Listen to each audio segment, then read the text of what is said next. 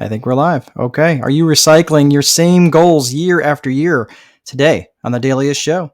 5, 4, 3, 2, 1, 0, ignition, liftoff.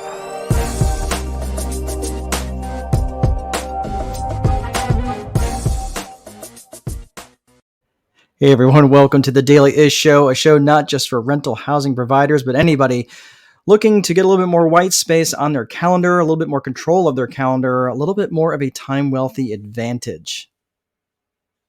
How fancy, right? I know. I got some new overlays, some new digs going on. I know this has been definitely more ish than daily lately. I've had a lot of people reaching out and asking, "Man, what happened to your show? I feel like you haven't been on lately." I haven't. So thank you for the well wishes and all this stuff. And no, I did not have the Rona or anything like that. In fact, quite the opposite. My bride and I had been traveling quite a bit, and we're just doing a lot of really cool stuff out there and speaking on the time wealthy advantage to other people who are out there trying to get some more freedom, some time freedom. So we were talking about, and not just to rental housing providers, but other people, typically entrepreneurs, people who are in business for themselves, but really just trying to get more white space on their calendars. So that is that's pretty much where it is right now. So that's what I was doing. So anyway, that is what I'm talking about. I'm getting a notification here. Let's see. We're going to remove that. Okay. So the what we're talking about today is, are you recycling your goals year after year? And this is what I have, and I'm going to be talking about this pretty much for the next month or so, just because it is goal setting season, not just for individuals, but also for people who are out there in business. And even if you're in the corporate world, you are probably very much in this space right now, where you're establishing budgets for next year, you're establishing goals for next year. And this is what I'm going to be talking about. So we're going to be talking about this. It's going to get a little bit. if you're not a goal setting person, then don't tune in. I'm just warning you in advance, because this is what it's going to be. This is what it's going to be about. It's funny, when I started looking and forming my goals for 2022, I wasn't as intentional as I have been in this past year, and it was really interesting because I teach this stuff, right? Like, and I'm sitting here thinking, okay, well, I'm obviously the landlord coach, but as a coach to other individuals who have businesses that have nothing to do with rental properties whatsoever, because I'm teaching the VIP method, and the VIP method is translatable across many different businesses. In fact, I would argue that it's translatable across any small business. And there's a larger business component to the VIP method, which I'll be revealing in the Time Wealthy Advantage, but the Time Wealthy Advantage book. But for all intents and purposes right now, the VIP method works, and it works across industries. In fact, I just got off a phone call with a coaching client, and had a massive win, like a 5-figure down deposit, a mid 5-figure deposit on his services, and which is just a great, just a great testimony for his hard work, and also for the VIP method. I will literally take 0.25% of credit, because honestly, these are all gifts that have been given to me by God, and I feel like, I get to share them, and that's what the true blessing is. But it was interesting, as I started to track these goals and started putting this stuff together, I realized that as I'm putting these goals down, that I was putting down goals as part of a vision that I've had for a while. And because I believe that the vision is where I'm trying to ultimately go, or where I'm ultimately trying to go. Let me say that again. The vision is ultimately where I'm trying to go, right? Me personally, it doesn't have anything to do with income generation. The vision is where I personally want to go as a human being. The goals are just the waypoints along the way to that vision. So it keeps me in alignment with that vision, right? So of course I have a business vision and business goals too that all stay in alignment that way. But the interesting thing is, I found myself, because I'm starting to track my goals, because I'm much more intentional with my vision, I'm much more clear in terms of where it is that I want to go, that I found myself recycling the same goals over and over again. Ouch. That was a little hard to hard to take, because I was sorry, I'm having an issue with LinkedIn, I guess. So the issue that I was sitting there trying to think about, I was like, man, why am I having this issue?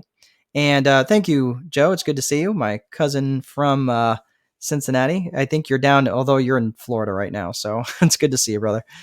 Um, but as I'm sitting there thinking about this, what was coming up for me at that moment in time was how I would form team goals with my team, and the 5 dysfunctions of a team that Patrick Lencioni wrote about. Now, if you're not familiar with that book, I would highly recommend that you read it.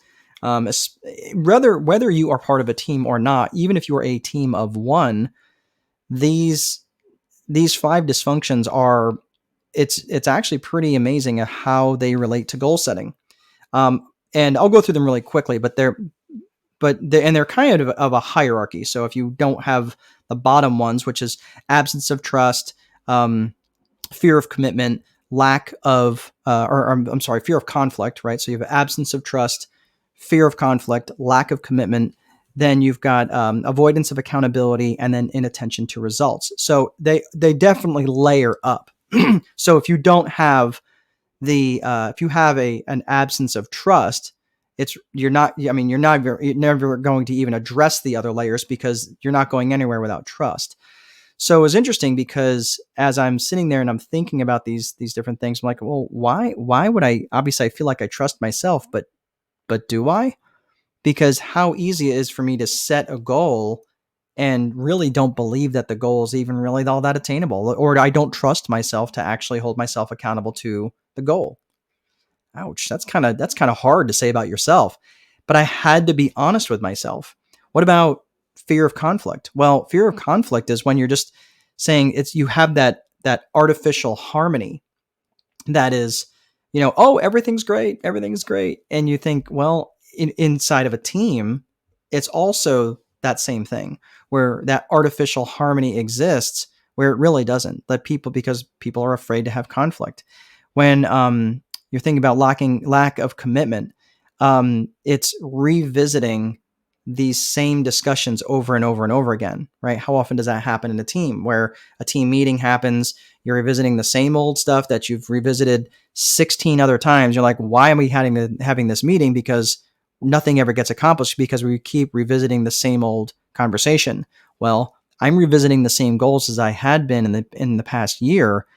And that was really hard that was hard to admit to myself.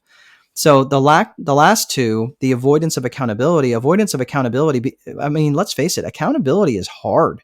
It's hard. As a coach, I sell myself on accountability, but realistically, people don't want accountability. They say they do until they get it. And they're like, actually, I didn't want that kind of accountability. I wanted the other kind of accountability that doesn't hurt so bad.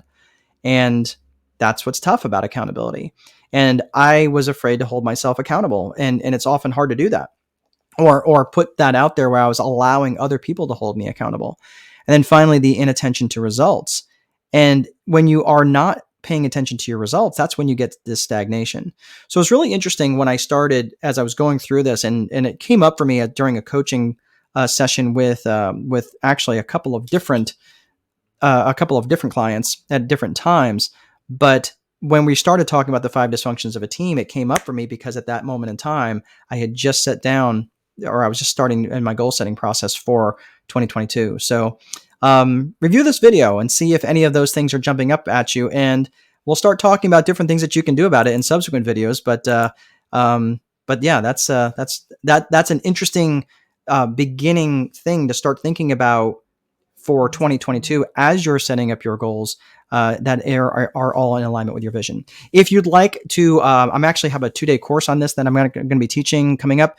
You can go and register for that at timewealthyadvantage.net/sign up. I might actually have, nope, I actually thought I had a banner on it and I don't, but anyway, this is what happens when you get a show that you get for free. So, all right, everybody, that is all I have for today. Please be sure to place a value on your free time, because if you don't, someone else will.